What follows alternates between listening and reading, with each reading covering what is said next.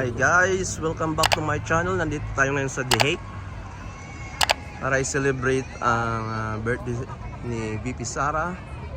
At saka ano rin ito, solidarity rally Dahil to bring tinulungan natin PRRD sila, home. nakita ng Nawagan Diyos tayo yun. sa ICC na Sabi ng Lord, tulungan niyo naman si Tatay Digo. ibalik si Tatay Diggs Nagpadala ng sa Pinas, napakagaling na lawyer. pauwiin. Ayan guys, dami natin mga kababayan. Ikot-ikot tayo. Okay. Pero Ay, pang madali dumadating. ko yung gusto. Pinahaba ko kasi wala pa di ba? Pero palakpakan naman dyan. Gratitude, always Ang remember nagsasalita na ngayon maging ay si thankful tayo. Kahit anong Doc mga Mata, nangyayari, guys. be thankful. Ayun. Thankful tayo sa health ni Tatay Digo. Thankful tayo na nabibisita siya ng kanyang pamilya. Be thankful. Be Yan si thankful Doc na Mata. gather tayo dito. Huwag yung sige tayo complain ng complain. Agree ba? Ikot-ikot tayo guys. Kahit yung mga Ikot-ikot ilong sa inyo natin po, hindi mga kababayan. matatapos, be thankful. Na may Nandito butas sa ngayon. lahat ng ilong. Uy, nasa Maharlika. At ang ilong ay nasa ilalim. Ito si Miss Marlica dumating na. Isipin nyo na lang kung ang butas ay nasa itaas. Maharlika Konting mo lang na. Miss Marlica! Lunod ka. Correct ba? Hawak lang. Kaya Alright. ako po yung nagpapasalamat sa inyong lahat. Marami pa ako sanang gusto pang sabihin pero I just again would like to greet happy birthday to VP Sara. And maraming salamat po sa inyong lahat. God bless po. Maraming salamat po sa iyo, Dr. Marites. Mamaya na lang. Mamaya na Okay, po, naman mamaya tayo lahat? picture. Tatay Digong!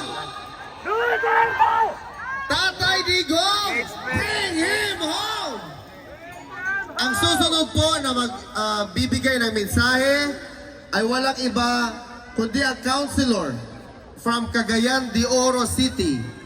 Counselor Joylyn Balaba. Let's give her a round of applause! Ayan guys, yung ating mga kababayan.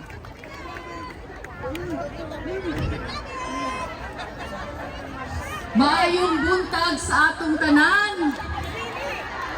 Magandang umaga sa ating lahat at magandang hapon sa Pilipinas. Ako si Girlie Balaba, isa ka City Councilor sa Cagayan de Oro. Dito po guys, si Atty. Harry Roque. Nagpapapicture sa mga fans.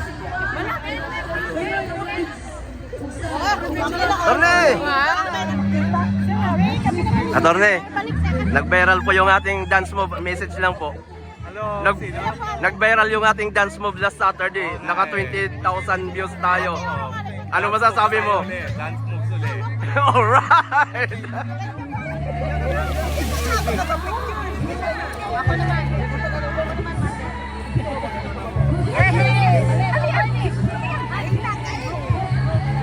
Kabahan ako ngayon. Yung guys, nandun na po si... Dahil ang dami-dami nyo na naman. Grabe. Thank you so much po sa inyong presence dito sa The Hague. Belgium. Italia. Aba, mahina ang lola mo doon, no? Anyway, thank you so much again po, France! Ay, ang dami!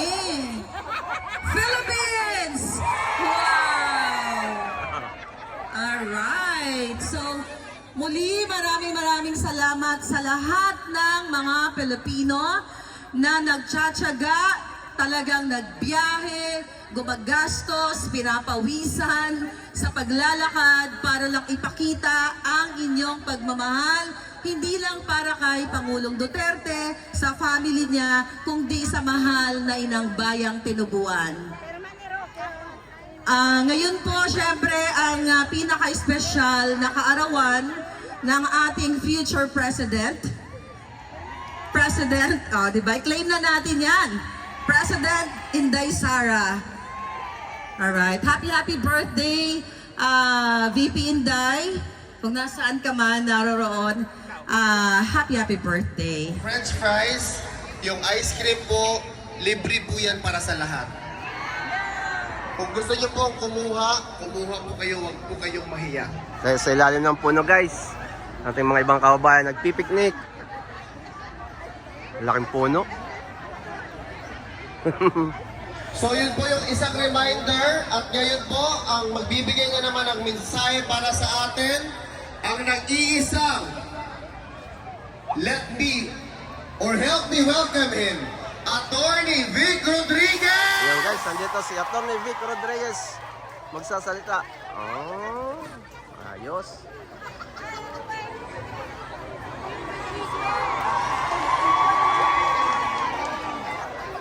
Dito tayo guys. Hindi natin kita doon. Shout out. Oh, shout out, shout out. Alright. Ayun, si Atty. Vic Rodriguez. Excuse po, naku, may pagkain. Magandang araw sa lahat ng Pilipino saan mang bahagi ng mundo. Ako ho ay nagpapasalamat at tuwang-tuwa na naging bahagi ng ating malaya at payapang pagtitipon ngayong araw. Wife, so guys, si Doc Matt and wife. Sa dahilang technical glitch for lack of a credible explanation on what happened during the midterm election. Subalit, kaya kong isang tabihan. Kanya lamang, subalit nakalimutan ng taong yan na ang aso ay tinaguri ang man's best friend. Ipagtatanggol ko ang aking lahi. Mahal ko ang Pilipino. Taas noo ako. Lalaban tayo. Pilipino tayo. Hindi matatakot, hindi mapapagod. Pilipino sa buong mundo, lalaban tayo, susugod tayo. Hindi pasisiil, hindi ka bibitiw, ipagtanggol dugong Pilipino.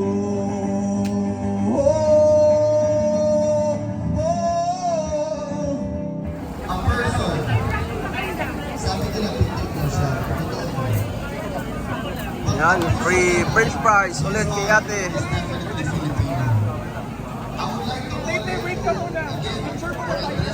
Saka free ice cream sa likod. Ladies and gentlemen, welcome home. Ito po ay free ice cream. Yan, para sa ating mga kabayan. Free ice cream and free french fries. Thank you so much for being here. Malagaan Karawan, Polman, Vice President Sarah Duterte. Habang ang pila ng free lechon, free ice cream, and free french fries. Alright. Yan, free lechon. At saka may free na puto din. Ano to? Cupcakes. Free lechon and cupcakes. Alright. So you guys, let's keep up the pressure. Somebody said to me the other day, why don't we start writing to the press? You know, we've all got computers, we've all got time. Why don't we write to the newspapers, CNN, The Guardian, The Times? There's no harm in trying. I'm not saying we should spam them, but I'm saying we should all give our effort to try and bring... Masaya po siya kung kami ay nagbibisita ako sa detention cell niya. Ito sinasabi ko, ang mga supporters mo ay talagang araw-araw nandyan. Diyan na kumakain, diyan na lahat. So in behalf of PRRD, maraming salamat po sa inyong lahat. Ang taga-UK! Energetic pa din sila kahit daw nagbiyahe sila, land trip, sumakay pa sila ng ferry, at ngayon nandito na sila. Magpapatalo ba ang France? Malakas pa din sila kahit nagreklamo na sila, ma'am, kasi upo daw sila ng upo. Ulitin nga natin yung France! Grabe, hindi talaga matalo. Simula pa ng umaga hanggang ngayon. Hindi pa yan nakakain.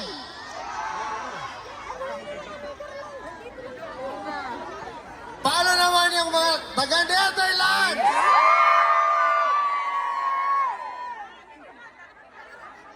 Paano naman yung from Germany? From Sweden? Pahina ng pahina. Paano naman ang galing sa Pilipinas? Mabuhay ang Pilipino! Mabuhay ang Pilipinas! Alam niyo guys, ang trabaho ko ngayon ay talagang i-make sure na tayong lahat ay masaya. I'm doing my best. Pero, yan, nagalit na silang mga taga-Belgium! Taga-Ireland! Luxembourg! Lana! Pawala! From Qatar! Switzerland!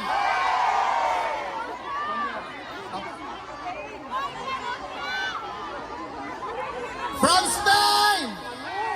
Wala na, yung wala na akong marinig. Pero I'm pretty sure marinig ko ang France! Di din magpapatalo ang UK!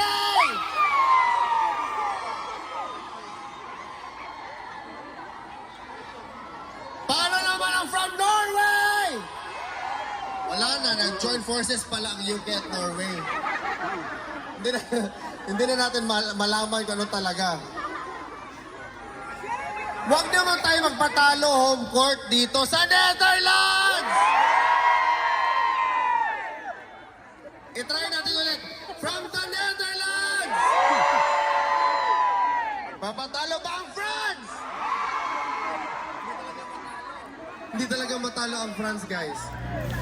Again, ladies and gentlemen, Senator Rodante Marcoleta!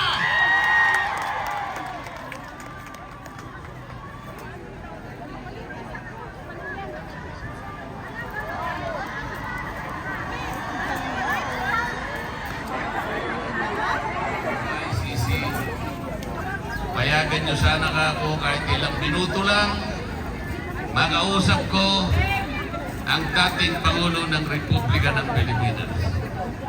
Mga kababayan, ang lahat ng ginagawa natin ay para sa Diyos, sa bayan, at sa bawat pamilyang Pilipino. Syukran.